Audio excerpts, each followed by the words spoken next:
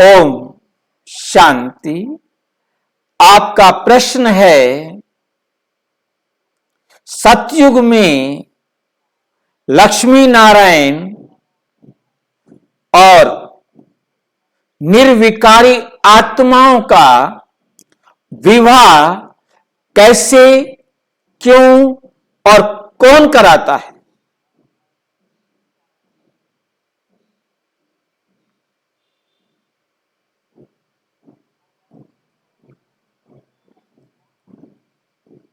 बहुत बहुत गुह्य प्रश्न है।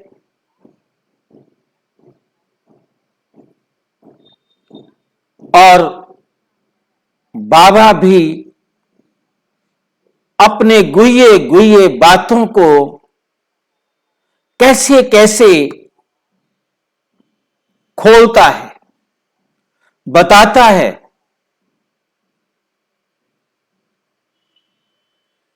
मुझे भी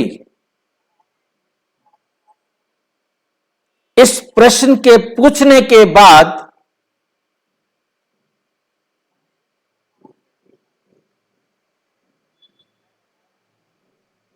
बाबा की मुरली जो कल मेरे सामने आई,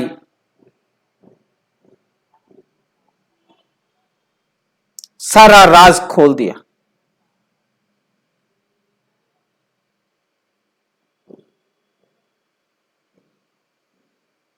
मेरे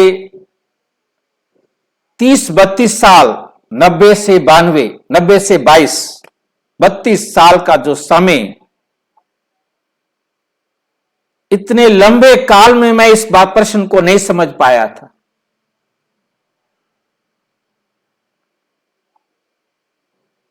इस प्रश्न का उत्तर नहीं था मेरे पास। जब ये भाई ने मेरे पास प्रश्न भेजा तो मैंने क्लास में चर्चा की, तब तक मेरे पास इस प्रश्न का उत्तर नहीं था।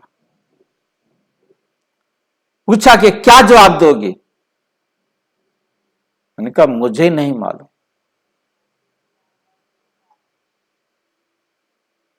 और कल बाबा की मुरली पढ़ते वक्त जो क्लास में मंथन हुआ, वंडरफुल।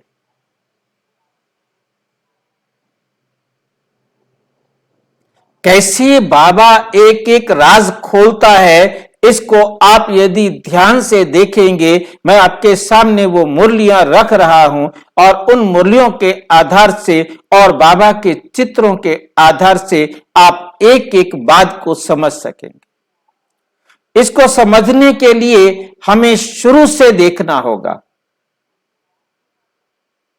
कि कैसे ब्रह्मा सो विष्णु, विष्णु सो ब्रह्मा, या सतयुगी आत्माएं कैसे इस धरती पर आती हैं। वेरी फर्स्ट डे क्या होता है, क्यों होता है उनका विवाह, कौन कराता है उनका विवाह, क्या कारण बनता है कि वो विवाह करने को तैयार होते हैं। उनके सामने और कोई बात नहीं थी क्या? अनेक प्रश्न आपके मन में उठेंगे।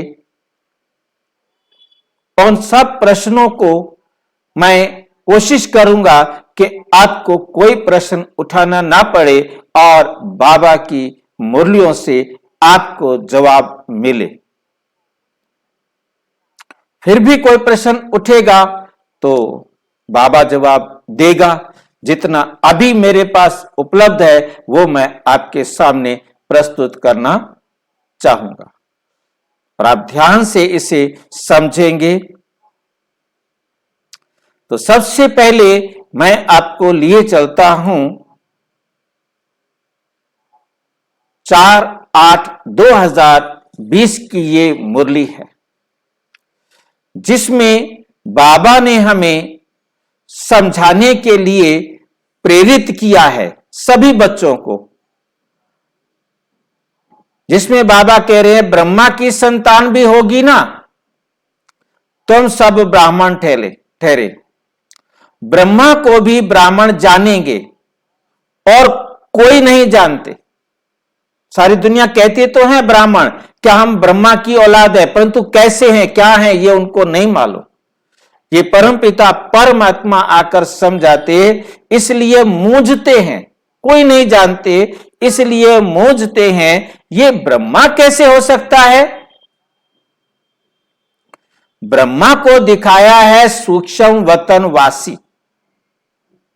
अब प्रजापिता सूक्ष्म वतनवास में तो हो ना सके, वहां रचना होती नहीं। इस पर तुम्हारे साथ बहुत वाद विवाद भी करते हैं, समझाना चाहिए ब्रह्मा और ब्राह्मण है तो सही ना।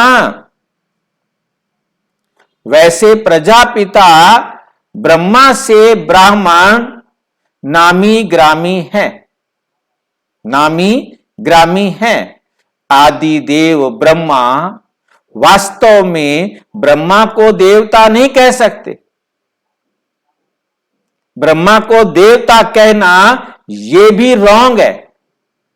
ब्राह्मण जो अपने को कहलाते हैं, उनसे पूछना चाहिए कि ब्रह्मा कहां से आया। दुनिया वाले जो ब्राह्मण हैं, बाबा कहते हैं, उनसे जाके पूछो कि यह ब्रह्मा कहां से आया, यह किसकी रचना है, ब्रह्मा को किसने क्रिएट किया। दुनिया में ये चित्र दिखाते हैं कि विष्णु की नाभि से ब्रह्मा निकला। क्यों निकला? क्योंकि देवताएं गए थे, त्राई त्राई हो, बचाओ बचाओ, हमारी पृथ्वी को पाताल में ले गए राक्षस। तो नारायण की नाभि से एक जादू का खेल हुआ और कमल का फूल निकला, और कमल के फूल में बैठा हुआ ब्रह्मा एकदम पूरा सारे वेद शास्त्र उसने अपने हाथों में उठाए हुए हैं। वंडर।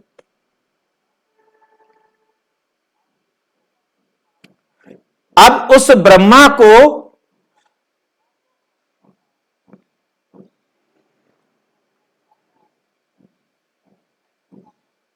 ब्रह्मा को सोचना है कि देखिए कि वो ब्रह्मा इतना बड़ा दिखा देते हैं, जबकि ब्रह्मा इतना बड़ा नहीं है।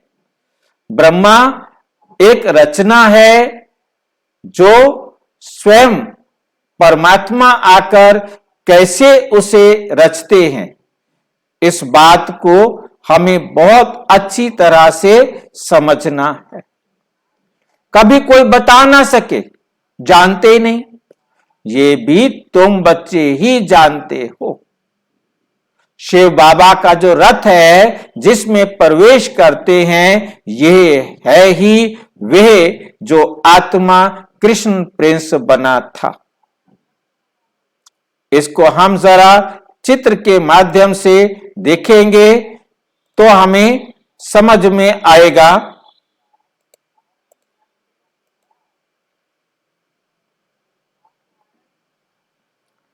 तो हम यहां देख रहे हैं कि ये वो ब्रह्मा जिसका जो वास्तव में श्री कृष्ण था, जो सतयुग में श्री कृष्ण था, वही जन्म लेते लेते 84 जन्म, सतयुग में जो श्री कृष्ण था वही जन्म लेते लेते 84वें जन्म में क्या बनता है? साधारण व्यक्ति, जिसके तन का आधार लेते हैं संगम पर। जब कलयुग खत्म होने वाला है, उस समय ब्रह्मा के तन का आधार लेते हैं। इनका नाम ब्रह्मा नहीं, परंतु परमपिता परमात्मा कहते, मैं इनके तन में प्रवेश करके इनका नाम रखता हूं ब्रह्मा। इसका नाम ब्रह्मा नहीं है। मैं आकर जब इसमें प्रवेश करता हूं तो मैं इसका नाम क्या रखता हूं? ब्रह्मा। तो हमें बहुत अच्छी तरह से समझना है।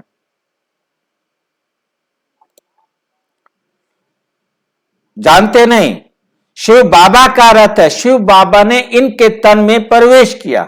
जिसमें प्रवेश करते हैं, यह है वे जो आत्मा कृष्ण प्रिंस बना था।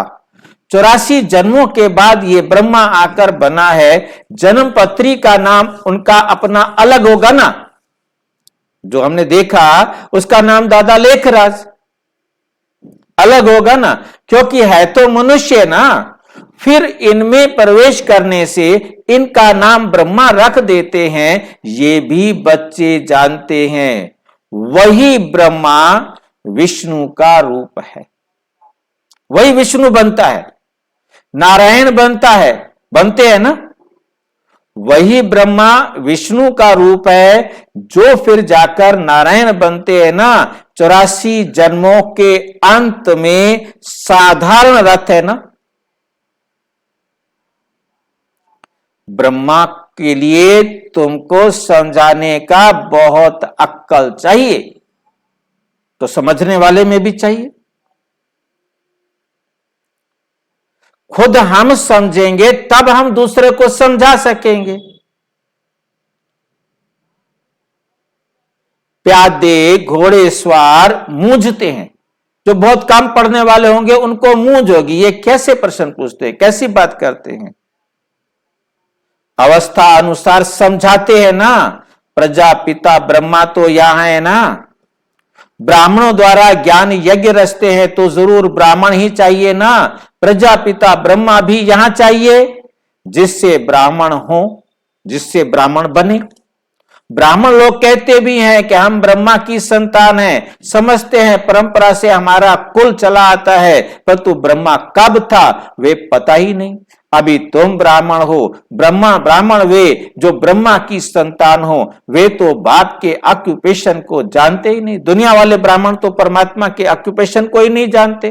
भारत में पहले ब्राह्मण ही होते हैं, ब्राह्मणों का है ऊंचे ते ऊंचा कुल। वे ब्राह्मण भी समझते हैं हमारा कुल जरूर ब्रह्मा से ही निकला होगा, परंतु कैसे, कब, वो वर्णन नहीं है। वो सिवाय परमपिता परमात्मा के कोई भी बता नहीं सकता था। कैसे समझाते हैं, तुम समझते हो प्रजापिता ब्रह्मा ही ब्राह्मणों को रचते हैं। जिन ब्राह्मणों को ही फिर देवता बनना है, ब्राह्मणों को आकर बाप पढ़ाते हैं। ब्राह्मणों की भी डिनाइस्टी नहीं है, ब्राह्मणों का कुल है। डिनाइस्टी तब कहा जाए जब राजा रानी बने। नोट करना है इस बात को। ब्राह्मण जब राजा रानी बने तब उनकी डिनाइस्टी कहा जाए। जैसे सूर्यवंशी डिनाइस्टी, जिसमें लक्ष्मी नारायण द फर्स्ट। तुम ब्राह्मणों में राजा तो बनते नहीं, परंतु जब तुम पवित्र बन जाते हो, सूर्य वंश में आते हो, तब अपने पुरुषार्थ अनुसार बनते हो।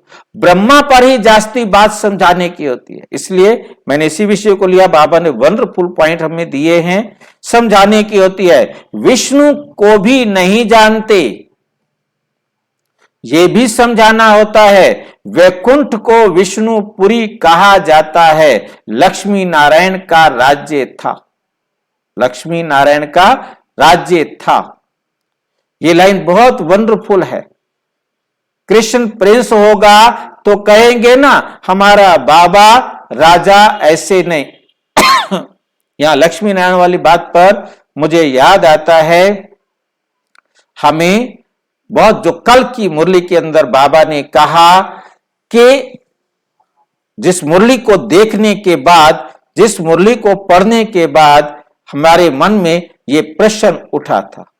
मैं उस मुरली की 2 लाइनें आपको दिखाना चाहूंगा, जहां मेरे मन में इस प्रश्न को क्लियर किया था।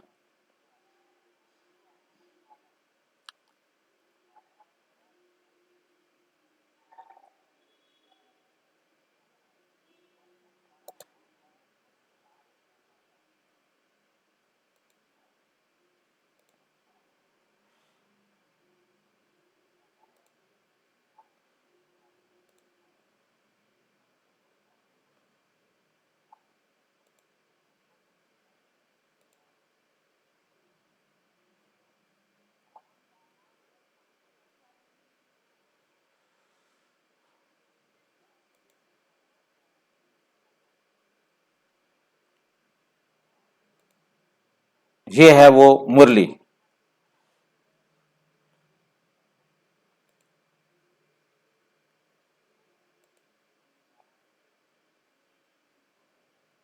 निकलने में थोड़ा सा, ये है मुरली जो 6 मार्च 2023। नई दुनिया में सदैव सुख ही सुख रहता है, ये तो जरूर बुद्धि में रहेगा कि नई दुनिया में सूर्यवंशी लक्ष्मी नारायण की राजधानी है।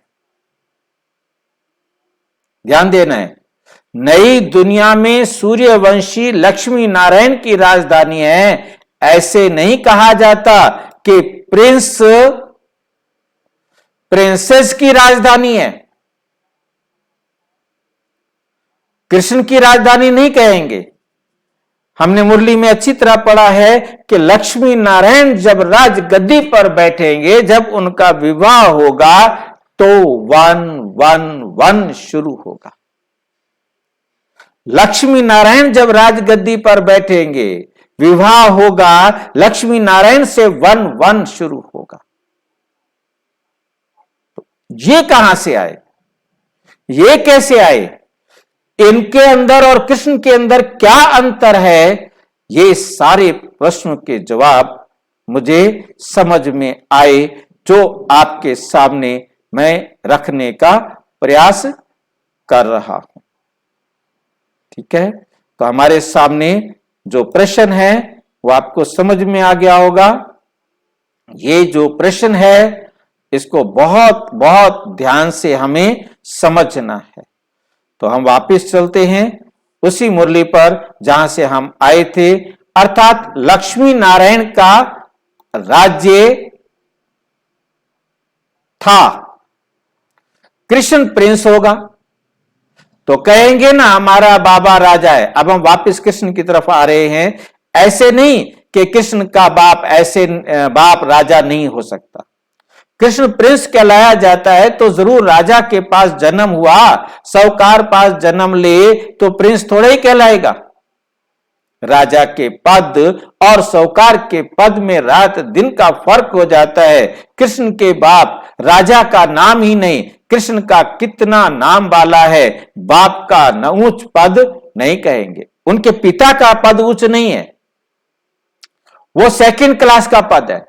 कृष्ण के पिता का पद सेकंड क्लास का है, जो सिर्फ निमित्त बनते हैं कृष्ण को जन्म देने के। ऐसे नहीं कि कृष्ण की आत्मा से वह ऊंच पड़ा हुआ है, नहीं, कृष्ण ही सो फिर नारायण बनते हैं। कृष्ण ही सो फिर नारायण बनते हैं। बाकी बाप का नाम ही गुम हो जाता है जरूर ब्राह्मण, परंतु पढ़ाई में कृष्ण से कम है। यहां मैं एक राज खोलना चाहूंगा जो मैंने मुरली में पढ़ा है, पर तो मुझे मुरली अभी मिल नहीं पा रही है कि कृष्ण का पिता कौन बनेगा। विश्व किशोर भाऊ, आपने उनके बारे में नाम सुना होगा। विश्व किशोर भाऊ ने अर्जी डाली कि मुझे एडवांस पार्टी में जाना है। आप ये जानते होंगे विश्व किशोर भाऊ जो है बाबा का राइट हैंड थे। जो काम कोई और नहीं कर सकता वो काम विश्व किशोर भाऊ कर सकता है। सारी व्यवस्था को देखने का काम विश्व किशोर भाऊ का ही था।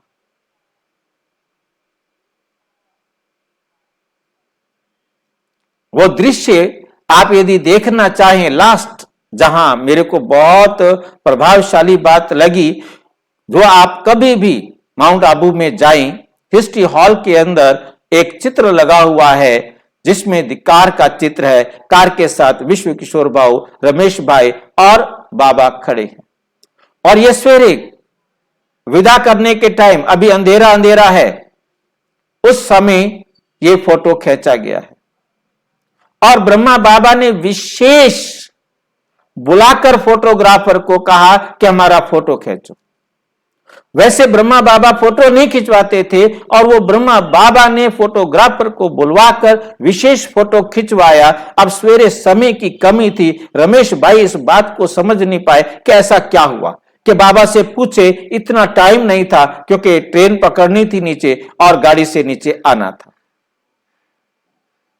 अब जब ट्रेन आ गए, गाड़ी में बैठे, तो बाबा ने पूछा, रमेश भाई ने पूछा विश्व किशोर भाव से कि मेरे को एक बात समझ में नहीं आ रही, आज तक बाबा कभी भी फोटो नहीं खिंचवाते, आज ऐसा क्या हुआ कि बाबा ने फोटोग्राफर को बुलवाया और विशेष फोटो खिंचवाया। और बड़ी सहजता से विश्व किशोर भाव जी ने कहा, मुझे अंतिम विदाई दी है। सोच सकते हैं, अंतिम विदाई दी है। विश्व किशोर भाव को एक छोटा सा ऑपरेशन कराने के लिए जाना था। बोले ये तो छोटा सा ऑपरेशन है, इसमें कौन सी ऐसी बात है जो अंतिम विदाई देने की जरूरत पड़ गई। बोले नहीं, मैंने एडवांस पार्टी में जाने के लिए एप्लीकेशन दी है, मेरी एप्लीकेशन मंजूर हुई है, इसलिए मुझे अंतिम विदाई दी है। और वहां जाकर के उनका ऑपरेशन हुआ, उनको नींद नहीं आ रही थी, उनको परेशानी थी, तो उसके लिए सारी रात जागकर उसको साकाश दिया। और जब शरीर छोड़ दिया तो रमेश भाई ने पूछा कि आप आएंगे? बोले नहीं, कोई जरूरत नहीं आने की। अच्छा, उनकी डेड बॉडी को माउंट आबू लाएं? बोले नहीं, कर दो अंतिम संस्कार। क्या! और वो इस समय कृष्ण के पिता बनते हैं, और जिसे बाबा ने कहा हुआ है कि मैं उनके गर्भ को पवित्र करता हूं। कुछ तो वो अपनी तपस्या करके गए हैं, कुछ आप उनके लिए तपस्या करते हो, कुछ मैं उनको 3 तरीके से उनका गर्भ पवित्र होता है, जबकि उनका अपना जन्म विकार से होता है, परंतु वो इतने सक्षम होते हैं कि वो निर्विकारी संतान को जन्म दे सके। तो ये एक मुरली में और आया कि विश्व किशोर ही जाकर प्रथम कुमार बनता है। ये दोनों मुरलियां मेरे सामने नहीं आ रही, नहीं तो मैं उनको आपको देता, जिसके सामने आई होंगी तो वो बताएंगे। बाकी ये बात तय है जो मैं समझ पाया हूं कि अब वो कृष्ण को जन्म देंगे, वो कृष्ण से तो कम रहेंगे ना, और जब वो घर जाएंगे वापिस सतयुग में नारायण के प्रथम राजकुमार के रूप में वो जन्म लेंगे। ये कड़ी बहुत गुह्य है, समझने वाली, जो अनेक गुत्थियों को खोलने वाली है। इसको बहुत ध्यान से समझना है। कोई डाउट हो तो पूछ सकते हैं, बाकी मेरे विचार से इसमें कोई बात मैं छोड़ करके नहीं चल रहा हूं जो आपको पूछना पड़े। परंतु पढ़ाई में कृष्ण से कम है। कृष्ण की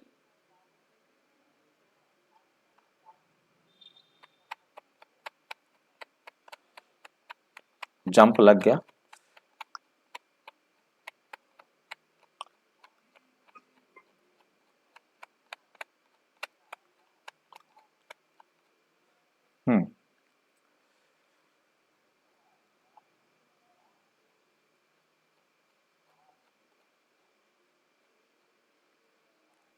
कृष्ण ही सो फिर नारायण बनते हैं, कृष्ण ही नारायण बनता है, ध्यान देना है। अब यहां यह बात समझने वाली है, कृष्ण नारायण बनता है तो कृष्ण का जन्म विनाश से पहले होगा ना, बाकी बाप का नाम ही गुम हो जाता है। क्यों गुम हो जाता है? जरूर ब्राह्मण है जरूर ब्राह्मण। ब्रह्मा मीन्स एडवांस पार्टी में जाने वालों के लिए भी बाबा ने कहा कि वो ब्रह्मा कुमारी हैं। जन्म देने वाला जरूर ब्राह्मण है, परंतु पढ़ाई में कृष्ण से कम है। कृष्ण की आत्मा की पढ़ाई अपने बाप से ऊंच थी, स्पष्ट है ना? तब तो इतना नाम है। कृष्ण का बाप कौन था, ये जैसे किसी को पता नहीं, आगे चलकर मालूम पड़ेगा। ये बाबा की एक चालाकी रही है कि अलग अलग जगह पर अलग अलग बात बताई है। ये अलग अलग कहां से मुरलियां मेरे सामने आई हैं जो बाबा राज खोलना चाहते थे, जो इकट्ठी हो गई हैं। मुझे भी ये मालूम नहीं था। बनना तो यहां से ही है। राधे के भी मां बाप, राधे के भी मां बाप तो बनना तो यहां से ही है ना। राधे के मां बाप तो होंगे ना, राधे के भी माता पिता होंगे, पर तो उनसे राधे का नाम जास्ती है क्योंकि मां बाप कम पड़े हुए हैं। राधे का नाम उनसे ऊंच हो जाता है। और दो मुख्य के लिए बाबा ने वंडरफुल ये राज खोला है कि इनका जन्म संगम पर ही होता है। ठीक है। और ये है विष्णु का अथवा कृष्ण का अंतिम 84वां जन्म, जिसका नाम ब्रह्मा रखा है। सिद्ध तो करना ही है ना, ब्रह्मा और विष्णु। ये तो ड्रामा प्लान अनुसार सभी को घर जाना ही है। अनेक बार घर जाते हैं, कोई तो पूरे 5000 वर्ष घर में नहीं रहते, कोई तो पूरे 5000 वर्ष रहते हैं। मैं यहां इसको रोककर मैं आपको चित्र पर लिए चलता हूं, जिस चित्र से आप समझ सकेंगे सच्चाई को। फिर मैं वापस यहां आऊंगा आगे चलने के लिए। यहां तक जाने के लिए जो मूल्यों से हमने समझा, मैं उसको चित्र के माध्यम से आपको दिखा रहा हूं। ये देख रहे हैं सरस्वती ब्रह्मा संगम युग। ये वो कृष्ण की आत्मा है, जैसे पहले हमने चर्चा की, जो ब्रह्मा के रूप में अब पड़ रही है। अब इनके बीच में ये विष्णु खड़ा किया है। इसकी बात को हमें समझना है कि ये विष्णु बीच में क्यों खड़ा कर दिया संगम युग पर। क्योंकि परमपिता परमात्मा ने बहुत अच्छी तरह समझाया है, हमारा वर्तमान लक्ष्य है विष्णु चतुर्भुज बनना। हमारा वर्तमान लक्ष्य क्या है? विष्णु चतुर्भुज बनना। ध्यान देना है, भविष्य में बनेंगे हम लक्ष्मी नारायण, पहले बनेंगे विष्णु चतुर्भुज। इसलिए बाबा ने आरंभ में एक भट्ठी कराई थी, भाई बहनों को लंबे समय तक विष्णु चतुर्भुज समझकर चलना है, ना नहीं करनी है। ये विष्णु चतुर्भुज बाबा कहते तुम्हारे अलंकार हैं, परंतु तुम इन अलंकारों को धारण नहीं करते हो, इसलिए तुम्हें नहीं देते। कभी धारण करते हो, कभी नहीं देते। अब ये लक्ष्य परमपिता परमात्मा ने ब्रह्मा बाबा द्वारा, भाई बहनों द्वारा इस चित्र को बनवाया, और एक मुरली में यह भी आया कि ये आपका लक्ष्य है। इसको मैंने ऐसे क्यों खड़ा किया है, वो मुरली मेरे सामने अभी नहीं आ रही, ऐसे क्यों खड़ा किया है आप समझ जाएंगे। बाबा ने कहा यदि मैं आपका मुंह उनकी तरफ करता तो तुम्हारी पीठ हो जाती, दिखते नहीं कि तुम कौन हो। और यदि विष्णु चतुर्भुज को तुम्हारे सामने खड़ा करूं तो यह उल्टा हो जाएगा। यह हमारा लक्ष्य है। क्या बात, वंडरफुल बात समझाता है बाबा। ये तुम्हारा लक्ष्य है, कमल फूल समान बनना है, ज्ञान का शंख बजाना है, सुदर्शन चक्कर चलाकर अपनी गलतियों का, अपनी बुराइयों का गला काटना है, और गदा लेकर हर वक्त अलर्ट रहना है कि कोई कमी, कोई कमजोरी, कोई विकार मेरे सामने आ नहीं सकता, आ नहीं सकता। जब ये चारों अलंकार आप धारण करेंगे तब भी नारायण बनेंगे। इस बात को मैं आगे मुरली में स्पष्ट करूंगा। अभी मैं इस मुरली में हम देखें, जहां तक हम चले हैं वहां तक मैं चलने के लिए, यहां कृष्ण और राधा को एकदम प्रौढ़ अवस्था में दिखाया है, जबकि यहां राधा और कृष्ण को प्रौढ़ अवस्था में दिखाने की जरूरत नहीं थी। क्यों नहीं थी वो भी हम समझेंगे। और पैदा कोई एकदम तो इतना बड़ा नहीं होगा ना, यह भी बड़ी युक्ति से समझाने का प्रयास किया है। अब यहां ब्रह्मा को खड़ा कर दिया है। एक ही चित्र में ब्रह्मा नीचे बैठा हुआ है और उसी चित्र में ब्रह्मा ऊपर खड़ा हुआ है। क्यों? परमपिता परमात्मा समझाना चाहते हैं साकार ब्रह्मा नंदीगण अंतिम 84वां जन्म, अंतिम 84वां जन्म। आपको समझ में आ रहा होगा, ये बाबा ने चित्र में लिखवाया है। और उस 84वें जन्म में, अंतिम 84वें जन्म में पेड़ के ऊपर ये पानी में कमल खिलने वाला, पेड़ के लास्ट में कमल क्यों दिखा दिया? क्योंकि जब ये ब्रह्मा कमल फूल समान पवित्र बने तो ये ब्रह्मा सो विष्णु व श्री कृष्ण सतयुग का प्रथम राजकुमार। बहुत ध्यान से देखिए कि प्रथम सतयुग का पहला राजकुमार। और सतयुग का पहला राजकुमार बच्चा दिखाएंगे ना, पीपल के पत्ते पर दिखाएंगे ना, विनाश से पहले दिखाएंगे ना, और उसके बाद, विनाश के बाद ये यहां पर आएगा बड़े होकर। इसको हम देखेंगे कि इस बात को भी बाबा कैसे समझाते हैं, कैसे मुरलियों में हमें बताते हैं, जिसके लिए मैं आपको दिखाता हूं। यहां दिखाया श्री कृष्ण का जन्म जब होता है तब रावण संप्रदाय नहीं होती, परंतु समझने वाली बात है, परंतु एडवांस पार्टी वाले ब्राह्मण होते हैं, एडवांस पार्टी वाले ब्राह्मण होते हैं। ध्यान देना है, विनाश से पहले होगा ना। रावण संप्रदाय वाले सब परम धाम चले जाते हैं, तब ही श्री कृष्ण का जन्म होता है। क्योंकि श्री कृष्ण का जन्म नए कल्प के आदि में योग बल से होता है। जैसे देवताओं के पैर पुरानी विकारी दुनिया में नहीं पड़ सकते, ऐसे ही विकारी पतित मनुष्यों के पास नई दुनिया में पैर नई दुनिया में नहीं पड़ सकते। पुराने पैर नई दुनिया में नहीं पड़ सकते। इसलिए नए कल्प आरंभ होने तक सभी पतित विकारी सभी क्या हो जाते हैं? पतित हो जाते हैं, विकारी हो जाते हैं।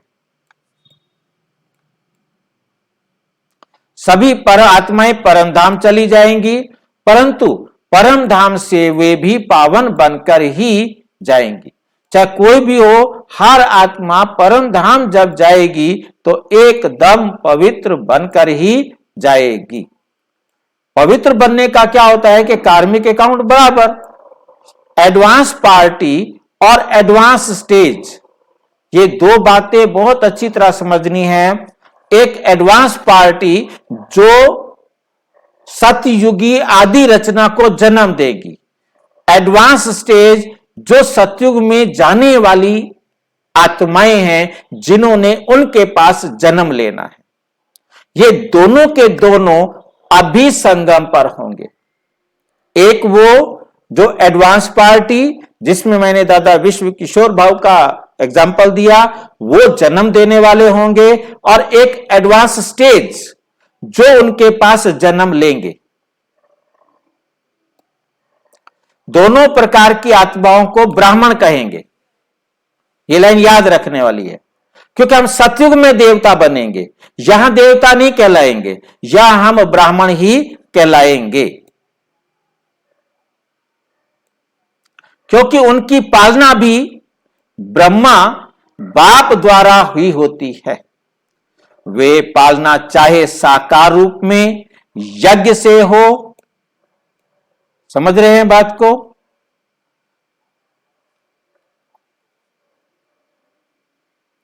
या अव्यक्त रूप से हो। या अव्यक्त रूप से हो।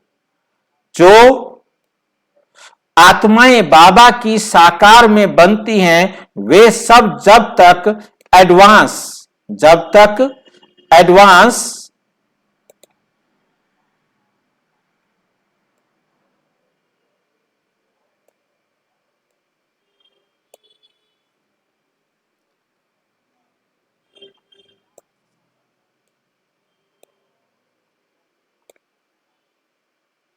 नहीं बनती,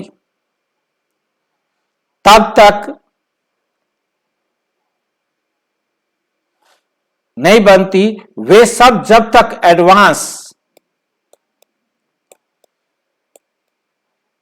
जन्म में नहीं जाती।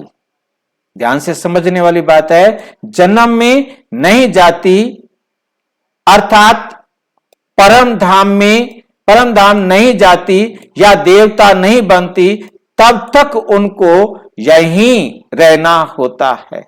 ये मैं दिखा नहीं पा रहा हूं, ठीक नहीं, रहना होता है। तो हमें समझ में आया। तो हम इसका दूसरा पार्ट देखेंगे अभी।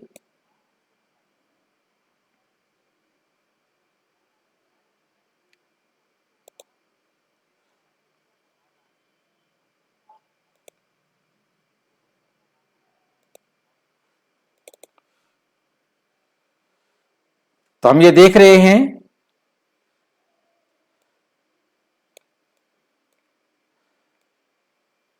एक तरफ विनाश की अति के नगाड़े होंगे। एक तरफ क्या होगा?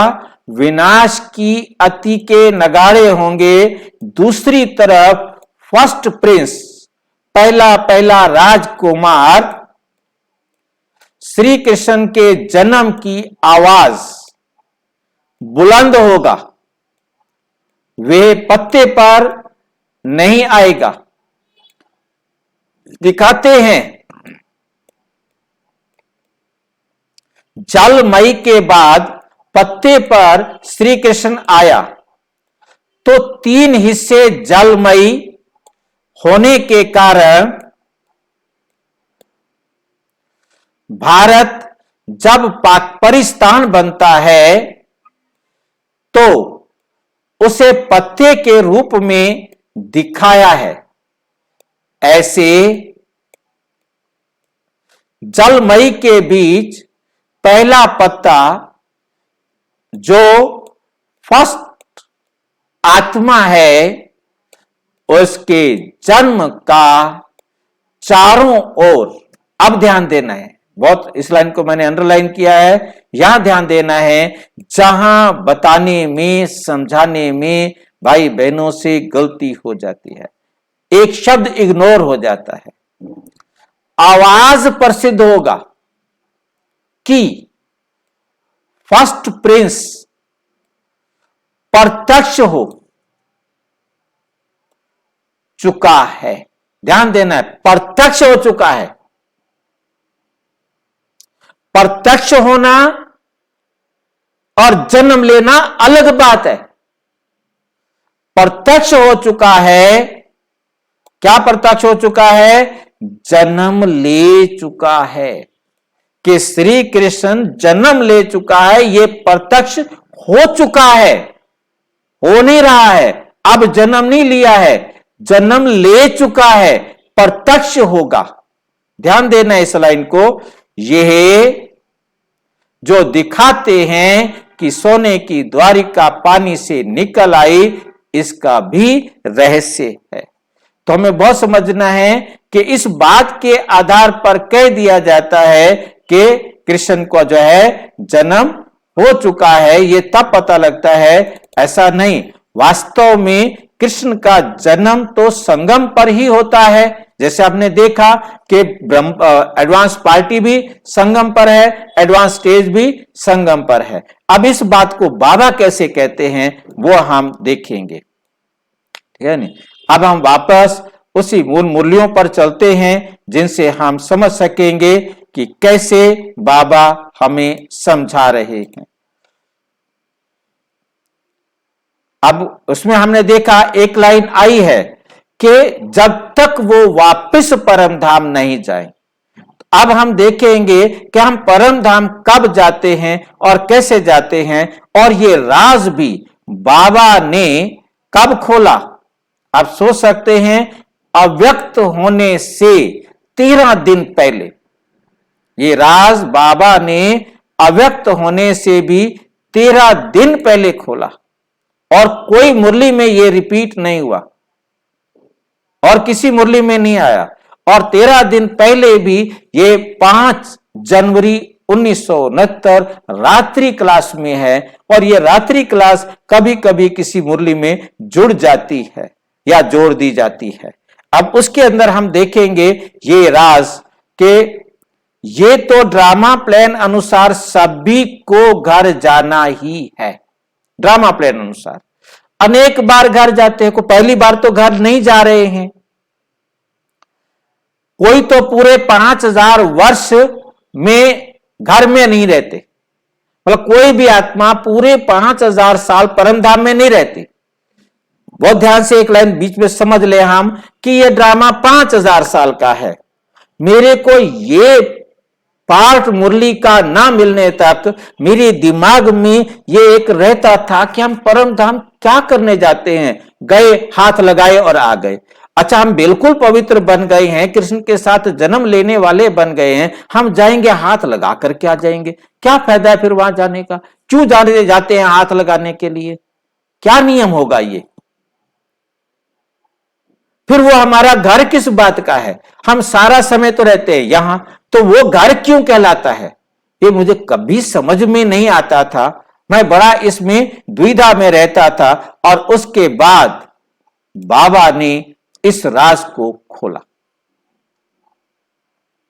इस मुरली के 13 दिन पहले अव्यक्त होने से क्या कहते हैं, कोई तो पूरे 5000 साल नहीं रहता। अच्छा, कितने समय के लिए आता है? अंत में आएंगे तो कहेंगे, जो लास्ट में आएंगे, लास्ट में आने वाली आत्माएं क्या कहेंगी? 4999 वर्ष शांति धाम में रहे। 4999 वर्ष शांति धाम में रहे, और हम कहेंगे 4999 वर्ष इस सृष्टि पर रहे। कौन कहेंगे 4999 वर्ष हम इस सृष्टि पर रहे? कृष्ण की आत्मा, ब्रह्मा बाबा और हम आत्माएं जो यहां रहे होंगे। जो 4999 से कम रहे होंगे, एक साल लेट आए होंगे, तो 98 भी रहे होंगे। ये ब्रह्मा बाबा के मुख से शब्द निकल रहे हैं, ध्यान देने वाली बात है।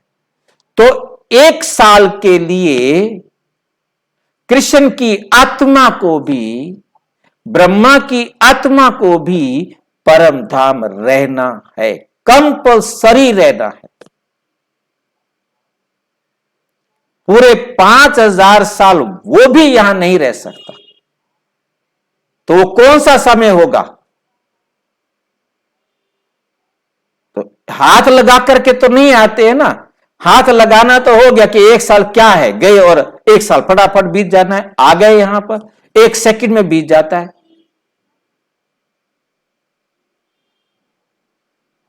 परंतु एक साल एक सेकंड नहीं होता। कह सकते हैं हम, ये तो बच्चों को निश्चय है 83-84 जन्म लिए हैं। ये रात्रि क्लास है 5 जनवरी 1969 और 16 अप्रैल 2019 की मुरली के साथ ये लगकर आया था। और उसके बाद मैंने देखा नहीं, आया होगा, ध्यान नहीं दिया, तो ये मैंने नोट किया है। कृष्ण जब है तब थोड़े पतित भी रहते हैं, जब वे बिल्कुल खलास हो जाते हैं तब वे गद्दी पर बैठते हैं, अपना राज्य ले लेते हैं, तभी उनका संवत शुरू होता है। ध्यान देना है, कृष्ण ने जन्म भी लेना है, एक साल के लिए घर भी जाना है, और वापिस आकर राजगद्दी पर बैठना है। ये बातें बहुत एक एक स्टेप बाय स्टेप आप समझते जाएंगे। अब बीच में छोटी सी बात हो रही है कि कृष्ण को रिसीव करने वाले मां बाप भी पहले से चाहिए ना, जन्म तो वो देंगे ना, फिर सब अच्छे अच्छे रहेंगे, बाकी चले जाएंगे। अच्छे अच्छे रहेंगे और बाकी सब चले जाएंगे, तभी उसको स्वर्ग कहा जाएगा। तुम कृष्ण को रिसीव करने वाले रहेंगे, बल तुम्हारा छीछी जन्म होगा। एडवांस पार्टी वाले छीछी जन्म, विकारी जन्म होगा उनका, परंतु कृष्ण को वो निर्विकारी रिसीव करेंगे, जन्म देंगे, क्योंकि रावण राज्य है ना। शुद्ध जन्म तो हो ना सके, शुद्ध जन्म तो हो ना सके। यह है 14 अक्टूबर 2020 की मुरली। आगे देखो, ज्ञान से भी जानते हैं कि हम बेगर टू प्रिंस बन रहे हैं, बेगर टू प्रिंस बन रहे हैं। रोजाना बाबा मुरलियों में बहुत बार कहते हैं। हमारी एम ऑब्जेक्ट, ध्यान देना, एम ऑब्जेक्ट क्या दे रहे हैं। हम दुनिया वालों को जब भी कोई कोर्स करने आता है तो हम कहते हैं आपका लक्ष्य है लक्ष्मी नारायण बनना, नर से नारायण, नारी से लक्ष्मी बनना, मनुष्य से देवता बनना। परंतु आज बाबा क्या कह रहे हैं, हम बेगर टू प्रिंस बन रहे हैं। हमारा एम ऑब्जेक्ट ही ये राधे कृष्ण बनने की है, लक्ष्मी नारायण नहीं। हम लक्ष्मी नारायण नहीं बनेंगे, हम क्या बनेंगे, राधे कृष्ण बनने की है। एम ऑब्जेक्ट चेंज कर दिया, राधे कृष्ण, क्योंकि पूरे 5000 वर्ष तो इनके ही होंगे।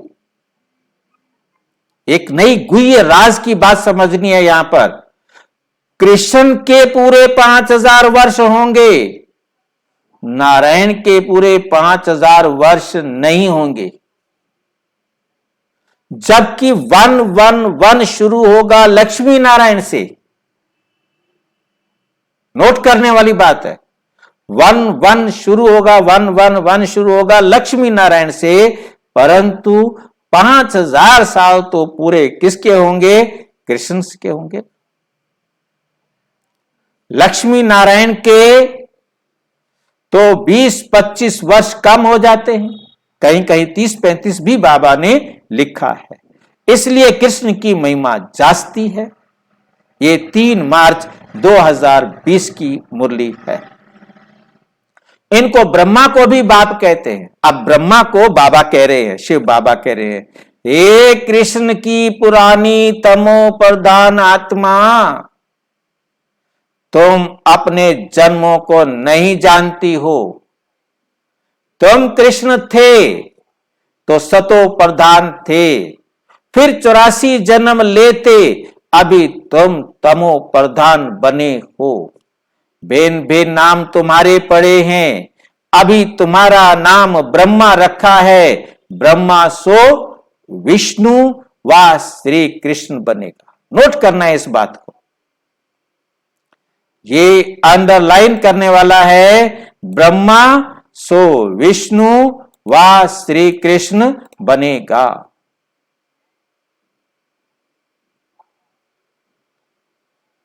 मुझे वह वापिस क्या आपको चित्र पर ले जाने की जरूरत है? क्या समझते हैं? मैं एक बार आपको चित्र दिखा दूं।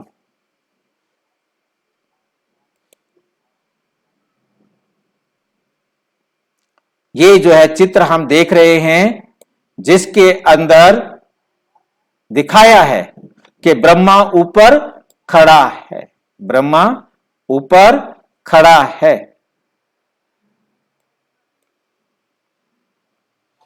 ये ब्रह्मा जो है कृष्ण के रूप में जन्म लिया, तो ब्रह्मा सो श्री कृष्ण, ब्रह्मा संपूर्ण हुआ कमल फूल समान, ब्रह्मा सो विष्णु बना, विष्णु सो श्री कृष्ण। हमने ये भी देखा कि ब्रह्मा के तीनों रोल है। ब्रह्मा ही, ब्रह्मा का प्रजापिता ब्रह्मा का रोल प्ले करता है, शंकर का रोल प्ले करता है और विष्णु का रोल प्ले करता है। इस पर अलग से वीडियो बना है, यहां शॉर्ट में बताऊंगा कि 33 साल 18 जनवरी 1936 से 18 जनवरी 1969 एक बार निर्वैर भाई जी ने क्लास में समझाया था कि जो हमारी विल हुई थी बाबा के द्वारा, ब्रह्मा बाबा के द्वारा, वो 18 जनवरी 1936 की हुई। और कोई इंसिडेंट देखो कि 18 जनवरी 1969 को बाबा ने शरीर को छोड़ा। ये ब्रह्मा बाबा के बारे में निर्वैर भाई जी बता रहे थे। तो मुझे तो इतना ही पता है, बाकी मैंने विल नहीं देखी है कब की है क्या है। तो 33 वर्ष मुझे वहां से समझ में आया, 33 वर्ष बाबा ने एक रोल प्ले किया और फिर दूसरा रोल प्ले किया 18 जनवरी 1969 से। मैं जो समझता हूं, फाइनल डेट मैं नहीं बता सकता हूं, उसी अनुमान पर मैं बता रहा हूं कि 18 जनवरी 2002 33 वर्ष विष्णु शिव शंकर का रोल प्ले किया, चारों तरफ विनाश की तैयारियां कराई। उसके बाद क्योंकि विश्व किशोर भाव ने शरीर छोड़ा, वो गए, जवान हुए, अब उनके पास जन्म लेना है, संपूर्णता को प्राप्त किया और उनके पास आकर जन्म लिया लगभग 2002 के आसपास। फिर 33 वर्ष कृष्ण का रोल प्ले किया, विष्णु का रोल प्ले किया। तो ब्रह्मा सो विष्णु तो 33 वर्ष तीनों रोल प्ले किए, वह श्री कृष्ण, और 1 साल परम धाम वापस जाना है, जिसमें ये पतित दुनिया सारी की सारी एकदम 100% प्योर हो जाएगी। 1 सेकंड का खेल नहीं है। मेरे को यही लगता था कि 1 सेकंड में कैसे सारी दुनिया साफ हो जाएगी। अब बाबा ने बहुत बहुत वंडरफुल तरीके से ये बात समझाई है कि सारी दुनिया कैसे हो जाएगी सही, कितने समय में होगी। इसको लगेगा 1 साल। 1 साल सारी आत्माएं परम धाम में, शरीर यहां पर सुरक्षित रहेंगे, जिसके लिए बाबा ने कई मुरलियों में ये बताया है। होलिका का भी दिया है, अभी मैं देखता हूं मेरे सामने वो दिखाई देता है, तो मैं आपको वो मुरली भी दिखाता हूं कि कैसे बाबा कहता है। ठीक है, तो हमें समझ में आया कि 33 एक वर्ष बाबा जो है कैसे हमें समझाते हैं।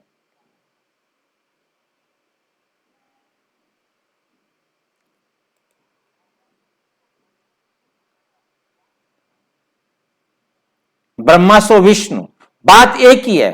ब्रह्मा सो विष्णु सो ब्रह्मा, मतलब ब्रह्मा ही विष्णु बनता है, विष्णु फिर क्या बनता है, ब्रह्मा बनता है। तो ये बाबा आकर समझाते हैं। जब तक बाबा ना समझाए किसी को समझ में नहीं आ सकता।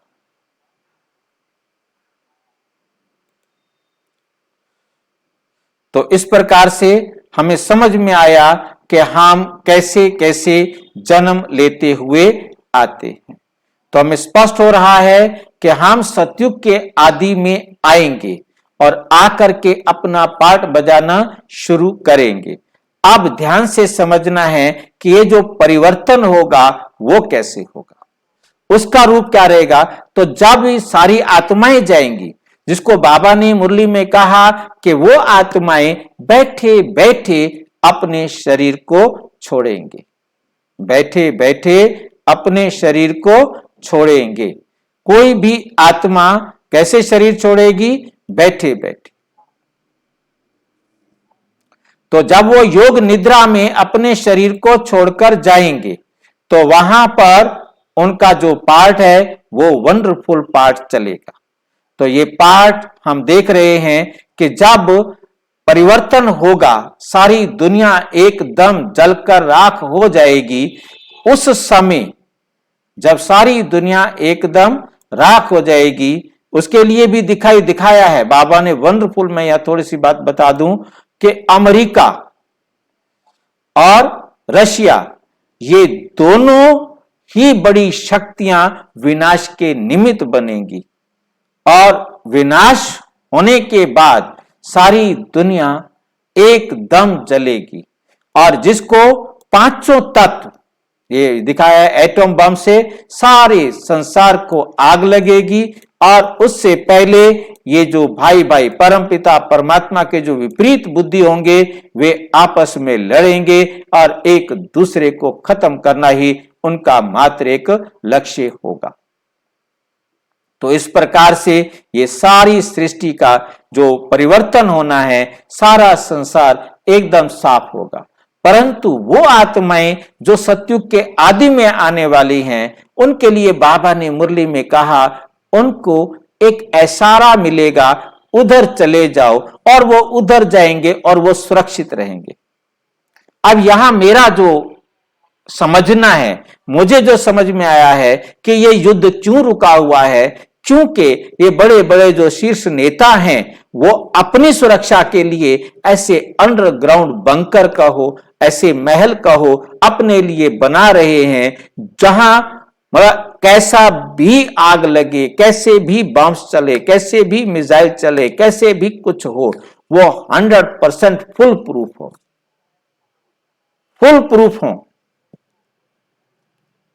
तो वो सुरक्षित जगह बना रहे हैं अपने लिए। जैसे होलिका ने चादर तो प्राप्त की थी मेहनत करके, तपस्या करके अपने लिए, परंतु उस चादर ने बचाया किसको था? प्रहलाद को। तो बाबा ने होलिका का एग्जाम्पल हमें देकर समझाया है कि कैसे वो आसुरी प्रकृति वाले मनुष्य अपने लिए वो जगह बनाएंगे, परंतु बचेंगे कौन? जो वहां जाएंगे। वो जा ही नहीं सकेंगे। बाबा ने यह भी कहा कि वो वहां जा ही नहीं सकेंगे जिन्होंने बनाया होगा, क्योंकि उन्होंने तो जलना है। क्योंकि आग में जिनका शरीर निर्विकारी बना होगा वो शरीर सुरक्षित रहेंगे, परंतु जो विकार से जन्म लिया वो शरीर नष्ट हो जाएंगे।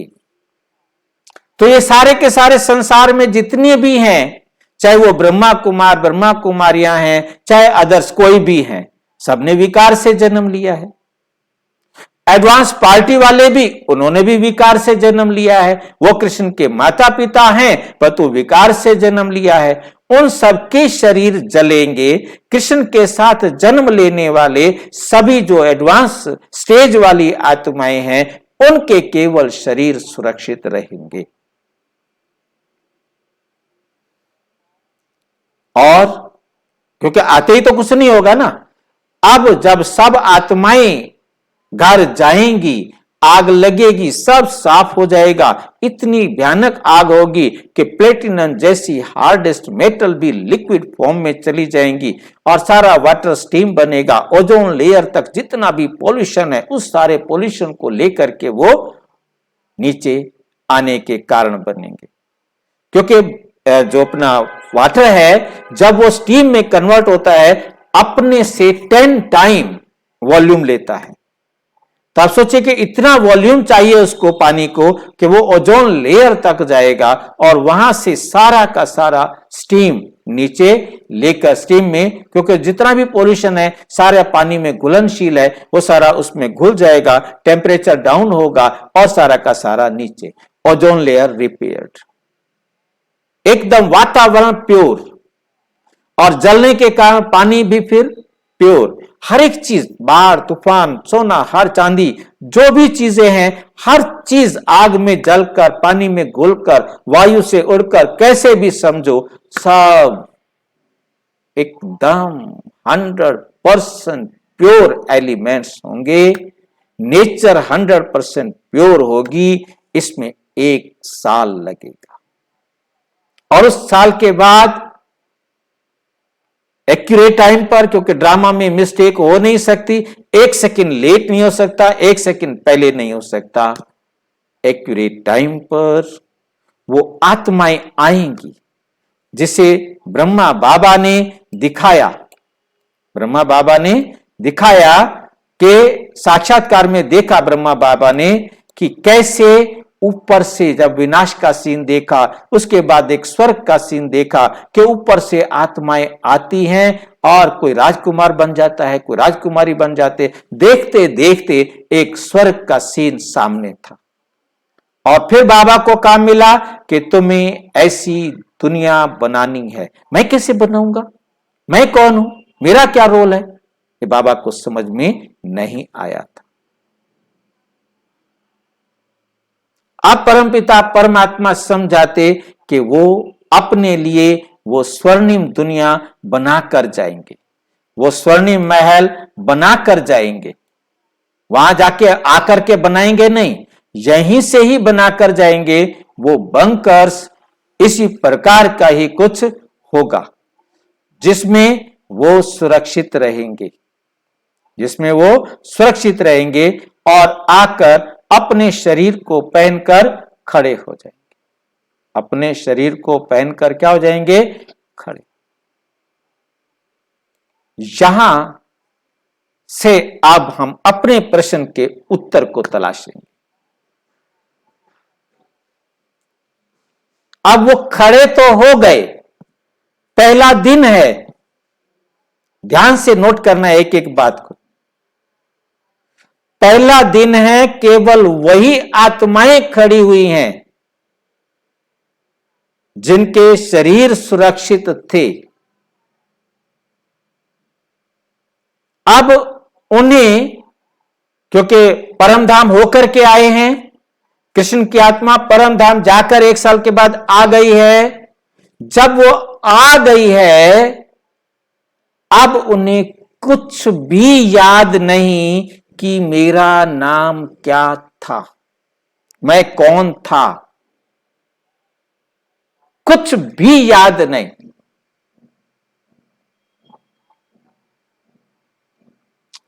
अब किसी को भी याद नहीं, केवल कृष्ण को नहीं, बाकी उसके साथ भी जितने राजकुमार राजकुमारियां समझो या जो भी आत्माएं समझो, वो आई हैं। अब वो कोई राजकुमार नहीं, कोई राजकुमारी नहीं, क्योंकि उन्हें कुछ याद ही नहीं कि मैं राजकुमार था या मैं राजकुमारी था या मैं ग्वाला था या मैं कहां रहता था कहां नहीं रहता था, कुछ भी याद नहीं, कुछ भी याद नहीं। ध्यान देना है, ये हमारे राज को खोलने वाली बात है। अब सारे दो ही प्रकार के हैं, या तो पुरुष है या स्त्रियां हैं। किसी का कोई बाप नहीं है, नोट करने वाली बात है। किसी का बाप वहां है ही नहीं, क्योंकि उनके बाप सारे विकारी थे।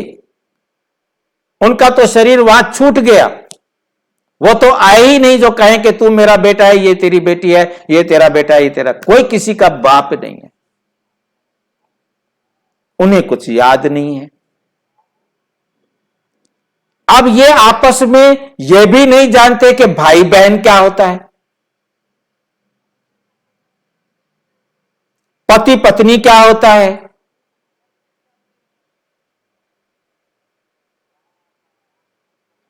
इस राज को जगदीश भाई जी ने एक बहुत ही छोटी पुस्तिका, वॉयज, इंग्लिश की है, छोटी सी, बिल्कुल 5 रुपए की मिलती है, बहुत छोटी, 20, 25, 30, 40 पन्ने होंगे, बहुत पतली सी बुक है।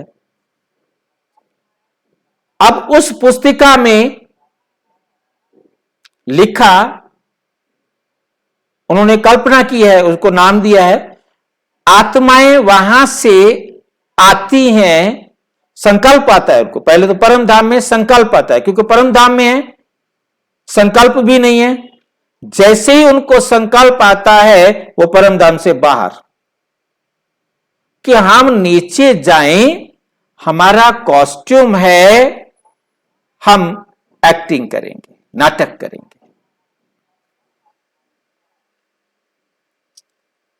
वो आत्माएं आई, अपना कॉस्ट्यूम पहना और खड़ी हो गई। दूसरे प्रकार की आत्माओं के आने के लिए क्या कहा कि वो आत्माएं वहां से आती हैं, उनको संकल्प होता है कि हमारे लिए ड्रेस तैयार हो रही है। ड्रेस तैयार नहीं है, जिन्होंने इनके पास जन्म लेना है। अब पहले तो ये आएंगी, वो तो बाद में आएंगी। मैं साथ में केवल बता दिया कि दोनों के संकल्प में क्या अंतर होगा। अब यहां ये ना तो आपस में एक दूसरे को भाई बहन कह सकते हैं, पता ही नहीं है भाई बहन क्या होता है, ये भी पता नहीं है कि पति पत्नी क्या होता है, क्योंकि यहां की बात वहां कोई भी नहीं है। और बाबा ने अभी एक मुरली में स्पष्ट किया था कि सतयुग में सभी नर नारायण, सभी नारी लक्ष्मी होती हैं, उनकी ड्रेस अलग होती है। जब त्रेता शुरू होता है तो ड्रेस चेंज होती है, नाम भी चेंज होता है। तो वहां सभी नर राम और सभी नारी सीता होते हैं। जैसे हम छोटी सी बात से समझ सकते हैं, जब भारत में अंग्रेज आए तो उन्होंने ही और शी, मिस्टर एंड मिसिज, और जब मुगल भारत में आए थे तो उन्होंने औरत मर्द। उससे पहले संस्कृत का प्रभाव था तो स्त्री पुरुष। तो समझ सकते हैं, स्त्री पुरुष की जगह औरत मर्द, ये जो चेंज हुए ये समय अनुसार भाषा के आधार पर चेंज हुए।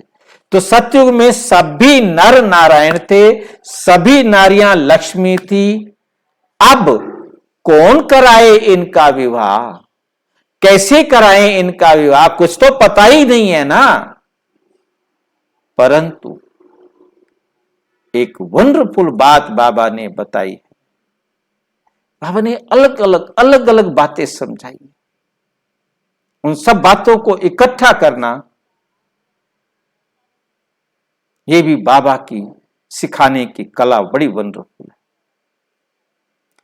बाबा ने कहा हर आत्मा में 5000 साल की एक्यूरेट रिकॉर्डिंग है। कोई भी आत्मा जरा भी गलती नहीं कर सकती। हर आत्मा एक्यूरेट एक्टर है, गलती नहीं कर सकती। और ये ऐसा अविनाशी पार्ट नूंदा हुआ है जो घिस नहीं सकता, मिट नहीं सकता, एडिट नहीं हो सकता, स्लो और फास्ट भी नहीं हो सकता।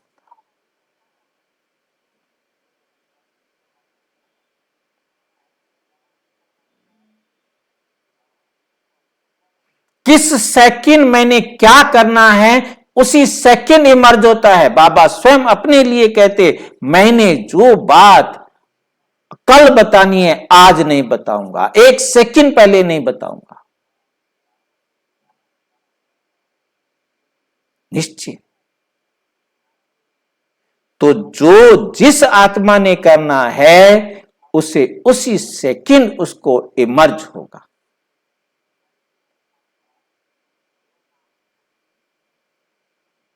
आपने देखा होगा, समझ सकेंगे कि जो एक साइंटिस्ट माइंड का व्यक्ति है, विज्ञान माइंड का व्यक्ति है, अचानक वो परिवर्तन होता है और वो पेंटिंग करना शुरू कर देते हैं। वंडरफुल पेंटिंग एक्सपर्ट,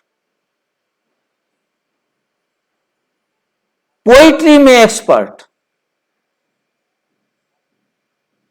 अचानक, क्योंकि उसमें वो संस्कार है, वो मर्ज है। जिस सेकंड उसने पोइट्री लिखनी है उसमें वो संस्कार इमर्ज हो जाता है और वो पोइट्री लिखना शुरू कर देता है। ठीक इसी प्रकार वो आत्माएं अब ना भाई बहन है, ना पति पत्नी है, ना उनका कोई पिता है, ना उनका कोई भाई है, ना उनका कोई चाचा ताता ताया काका मामा। दो ही बातें हैं, मेल और फीमेल, लक्ष्मी और नारायण। यहां किसी भी प्रकार का मैं समझता हूं आपको डाउट नहीं रहा होगा। अब गीत है, सुना है आपने सबने, आंख न जाने दिल पहचाने। कार्मिक अकाउंट के आधार से दो आत्माओं का एक दूसरे के प्रति आकर्षण होता है, जैसा रोल उन्होंने प्ले करना है करने के लिए, जिसे गृहस्थ आश्रम कहते हैं। पतित का तो पता ही नहीं उनको, विकार क्या होने ये तो उनको मालूम नहीं कि हम शादी करें, हम बच्चे करेंगे, ये करेंगे, वो करेंगे, ऐसा तो उनको है ही नहीं। केवल उनका अपने कार्मिक अकाउंट के हिसाब से एक दूसरे के प्रति आना, एक दूसरे से मिलना और संसार का खेल शुरू होना। आते ही विकार में तो जाएंगे नहीं, क्योंकि सब लगभग 25, 30, 35 लगभग इसी एज के होंगे। क्योंकि बाबा ने बड़ी वंडरफुल बात एक कही है, वो आप समझ सकेंगे। परमात्मा ने कहा सबसे पहले केवल श्री कृष्ण की आत्मा ही निर्विकारी जन्म लेती है, उससे पहले कोई नहीं ले सकता। अब कृष्ण की आत्मा के चाहे 1 सेकंड बाद, 1 मिनट बाद, चाहे 5 मिनट बाद राधा ने जन्म लिया हो, पहले नहीं ले सकती। तो कृष्ण की आयु को एवरेज 20, 25, 30, 35 बाबा ने मुरलियों में कहा, मैं यहां 33 मान के चलता हूं। अब 1-2 साल ऊपर नीचे मेरा कोई जबरदस्ती मैंने लिख नहीं दिया, मेरा अनुमान है। बाकी आपको मानना या ना मानना यह आपकी मर्जी पर निर्भर करता है, कितना भी कर लो। बाकी सब उससे छोटे, कोई बड़ा नहीं हो सकता, क्योंकि जन्म ही बाद में लिया है। तो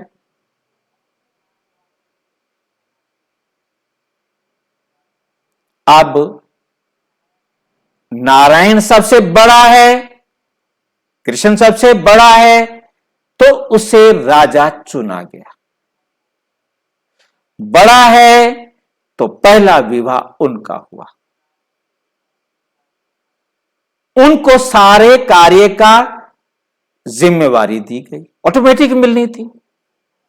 सभी रिस्पेक्ट करेंगे, क्योंकि यहां पालना ली है, वहां पालना देंगे।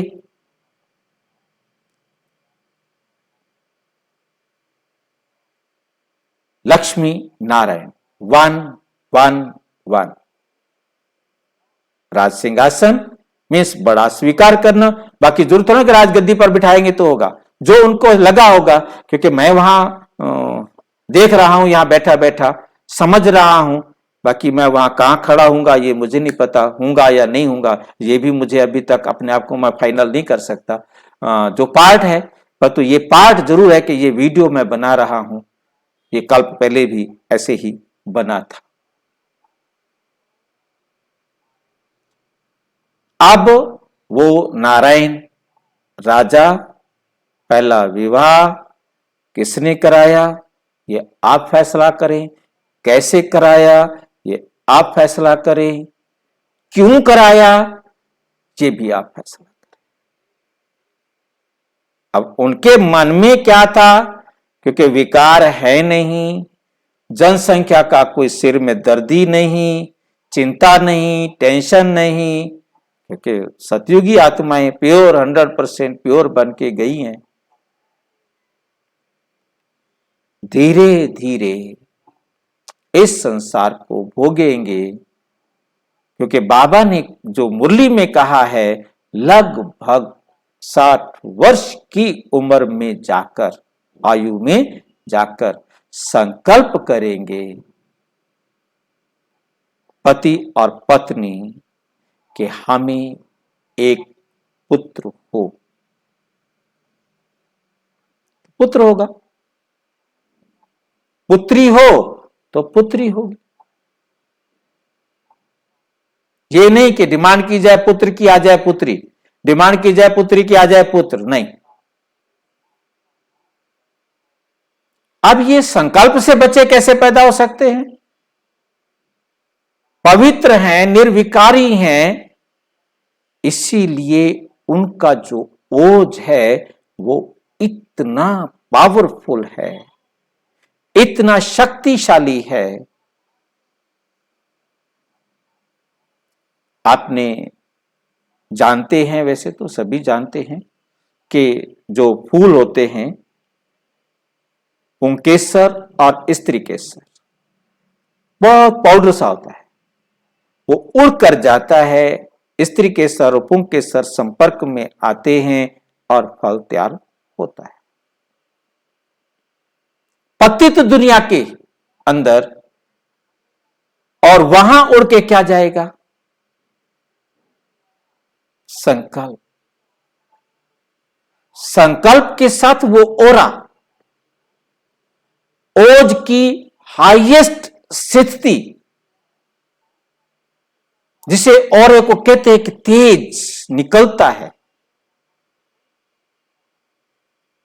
विकार है नहीं, विकारी संकल्प है नहीं, एनर्जी वेस्ट होनी नहीं, एनर्जी पावरफुल है और वो एनर्जी वहां से फ्लो करेगी और वो एनर्जी मां को गर्भ धारण करने में सहयोग करेगी। मुझे यहां एक एग्जाम्पल याद आता है, बहुत सारे चर्चा करते हैं, मेरे पास भी ये बात आई कि बाबा मोर का पवित्रता का वर्णन करता है, परंतु मोर पवित्र नहीं रहता, वो विकारी होता है। उसके लिए जो लिखा गया है वो ये लिखा गया है कि मोर के आंखों से आंसू गिरते हैं, जिसे मोरनी पीती है और वो गर्भवती होती है। ऐसा बहुत सारे वर्ल्ड के मैंने जो वीर्य के बारे में पढ़ा, उसमें यह पाया कि बहुत सारे जगहों पर, बहुत सारे जातियों में वीर्य पान किया जाता है और यह समझकर पान किया जाता है कि आने वाली संतान शक्तिशाली होगी। स्त्री वीर्य पान करती है ताकि शक्तिशाली होगी। यहां मैं छोटी सी बात और स्पष्ट कर दूं, वीर्य में क्या होता है? जो हम खाते हैं वही होता है। प्रोटीन, कार्बोहाइड्रेट्स, ये सब एक बहुत उच्च कोटि का होता है। कमाल की बात यह है कि जब उसको लैब टेस्ट किया गया, वही चीजें हैं, परंतु वो जिस कोटि की हैं, वो उस कोटि को बनाने की ताकत हमारे पास नहीं है। वो शरीर के अंदर एक ऐसी विशेषता है कि वो अपने को इस प्रकार से शुद्ध करते करते करते करते करते इतना हाईएस्ट पोजीशन पर पहुंचा देते हैं कि वहां से वो मोर के आंख से आंसू बहते थे। क्यों बहते थे? उसके लिए भी उन्होंने एक झूठी कहानी गढ़ दी कि मोर जो है ना, नाचता नाचता देखता है अपने पैरों को, रोने लगता है, मेरे इतने गंदे पैर हैं, इसलिए उसकी आंखों से आंसू आते हैं। नहीं, मोर में जब ओज या पवित्रता की शक्ति बढ़ती है, किसी में भी बढ़ती है, वो उड़ेगा, हल्का होगा, खुश होगा। ब्राह्मण भी, ब्रह्मा कुमार भी जो खुश होगा, वो शक्तिशाली अंदर से होगा, तभी उसकी सहन शक्ति होगी, उसके अंदर सभी गुण होंगे। यदि अंदर से विकारी होगा, उसके पास सहन शक्ति नहीं हो सकती, उसके पास उड़ने की क्षमता नहीं हो सकती, वो खुशी से उड़ नहीं सकता। खुशी, शक्ति, पवित्रता की शक्ति हल्का बनाती है, उड़ाती है, और वो खुशी में नाचता है, और वो वीर्य खुशी से उसकी आंखों से बाहर आता है, वो मोरनी पीती है, तब गर्भवती होती है। ये तब था जब हम भी पवित्र थे। आज हम पतित हो गए हैं, पशु पक्षी भी पतित हो गए। हम विकारी हो गए हैं तो वो भी विकारी हो गए। जब हम निर्विकारी थे तो वो भी निर्विकारी थे। सतयुग में आएंगे ही वो पशु पक्षी जो निर्विकारी होंगे। किचड़ा करने वाले नहीं होंगे। बाबा के शब्द हैं, समझ लेना है। तो वहां इस प्रकार से संतान उत्पन्न होगी। उन्हें अपने शरीर छोड़ने का पता है कि नहीं, परंतु केवल उन्हें उस समय इतना ही मालूम होता है, हम आत्मा है।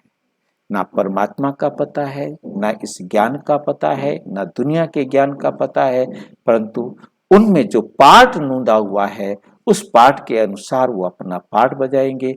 किस भाषा में बात करेंगे, क्या खाते होंगे, कैसे रहते होंगे, उसके लिए बाबा ने कोई इशारा नहीं किया। बाकी वहां जो भी होगा वो पवित्र होगा, वो शुद्ध होगा, वो सर्व हिताय सर्व सुखाय होगा।